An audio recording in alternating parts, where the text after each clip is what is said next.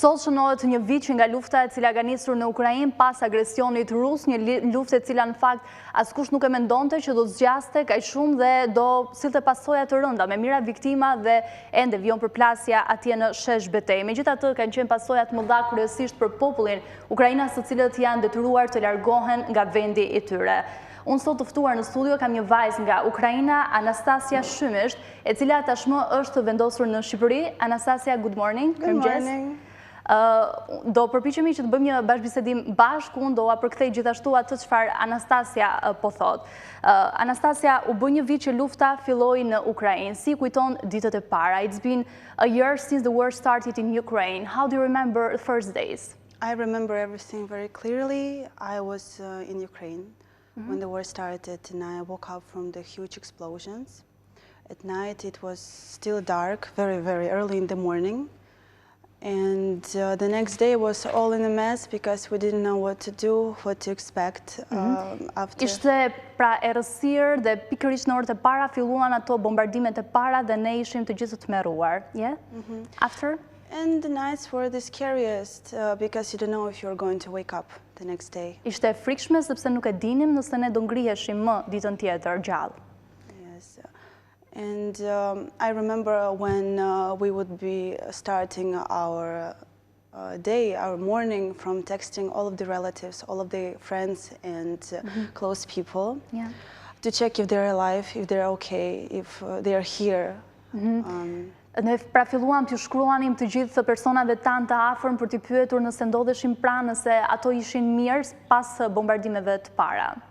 We would be sitting at the bomb shelters or underground for days to cover from rockets because Russia was hitting Ukraine just without any mercy, non-stop. Ne gjetëm disa streja në tokë për ato ditë të para pasi bombardimet ruse po vjonin ato ditë. And when the war finishes, I hope very soon, and Ukraine wins, I'm going home. Pra në këto momente po thot që unë nuk dua të bëj asnjë plan, pasi në këto momente çdo gjë ndodh që shkatërrohet në një çast, kështu që për momentin ndihet e sigurt këtu në Shqipëri. Do you want to go back to your family? Yes, of course, I miss them so much. Dëshiron që të kthehesh pas tek familja jote? Do you miss your father and your mother? Yes, of course, so much, so much. What do they say when you talk on the phone? Everything is fine, everything is good. We heard the siren, but we are good and everything is... You heard the sirens. Yes. Pra, bëhet fjalë për sirenat të cilat sa herë që ka bombardime në Ukrainë nga rusët, dëgjohen shumë. How do you feel when you listen the sirens? Si ndjesh kur I dëgjoje sirenat? Do you think about to die or death? I think it's the sign of death, and it is a danger in the air. It is creepy. It is like cold air.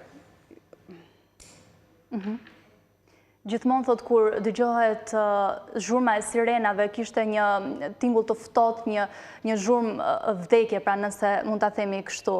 Ndërkohë, Anastasia, President Volodymyr Zelensky told that your place is going to win. Do you believe this? Because Russia is really a big place. A besoni që do fitojë Ukraina? Ukraine will win for sure. I never doubt that. People got united so much, and Ukraina do fitojë dhe nuk kam asnjë dyshim. Yes? Yes, and we all want to win, and we will win for sure. I never think about any other way how it will be. And also about people, we all got together and we all donate money to different sources for help. Like, for example, boys need to buy a new car, for a military car, for going to that region to fight. We donate. We donate here, there. I personally, I donate. I see somebody needs help. Real sources, not fake, because there are also fake pages.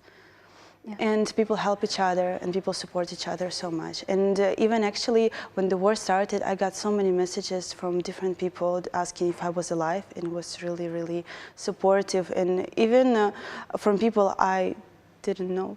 Okej. Në këto çaste, pra në këto fjali, nëse mund ta themi të përmbledhur, pas pyetjes time nëse mendon që a do fitojë Ukraina ashtu siç edhe presidenti Volodymyr Zelenski shprehet, Anastasia thotë se ne kemi qenë shumë të bashkuar bashkë dhe kemi bërë donacione që djemve tanë ju mundsojmë që të blejnë makina, jo makina luksi, po bëhet fjalë për tanke dhe armatime për cilat ato ka nevojë për të luftuar tashmë në frontin e luftës. Unë dua ta pyes në fakt Anastasian edhe për një tjetër çështje që thuhet që ka edhe vajza nga Ukraina të cilat po luftojnë atje dhe nuk e di nëse edhe kjo është e vërtet. Anastasia, is true that there are girls that are fighting in the war? Yes. Do you know any of Personally, no, but I them? know that they are fighting there for sure. I saw videos, I saw photos, I heard stories people say. Yes, it's true. Pra është e vërtet që ka edhe vajza të cilat po luftojnë në Ukrainë.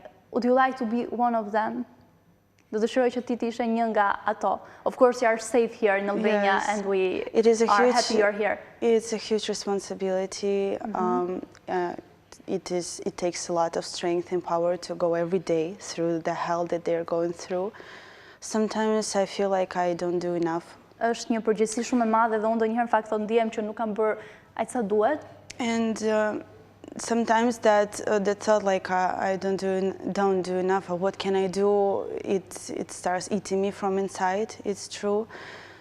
Filloj dhe ha veten së brendshme kur mendoj që nuk po bëj aq sa duhet. Yeah, but I try to donate money to help with reposting, to help when I was in my city to help something with something. I don't know about, but maybe there were moments when I was thinking, really, yes, I would go there too. Unë përpiqem të gjej disa mënyra alternative të tjera për të dhënë kontributin tim, pra duke dërguar para ose duke përdorur donacione të cilat janë online për të ndihmuar për luftën, por ka momente në të cilat Anastasia thotë ndiem keq që unë nuk mund të kontribuoj pak më shumë.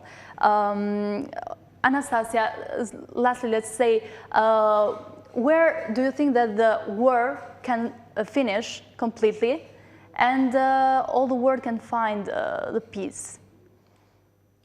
I really hope that will happen as soon as possible.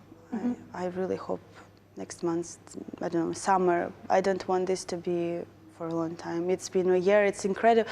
It's unbelievable, 1 year of pain.